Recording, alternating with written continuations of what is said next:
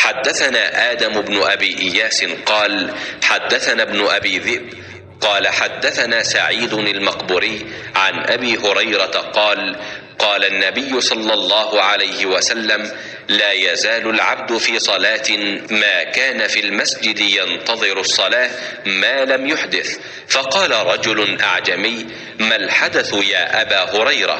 قال الصوت يعني الضرطة.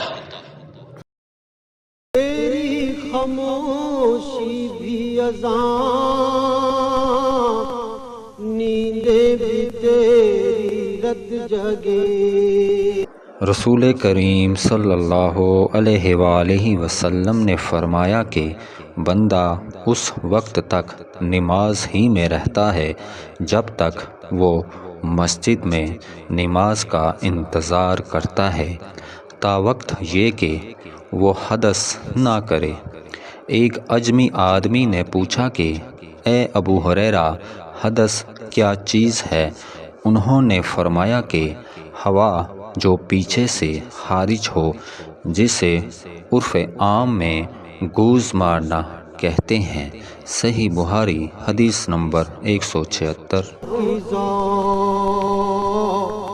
मरकब बुराके तेज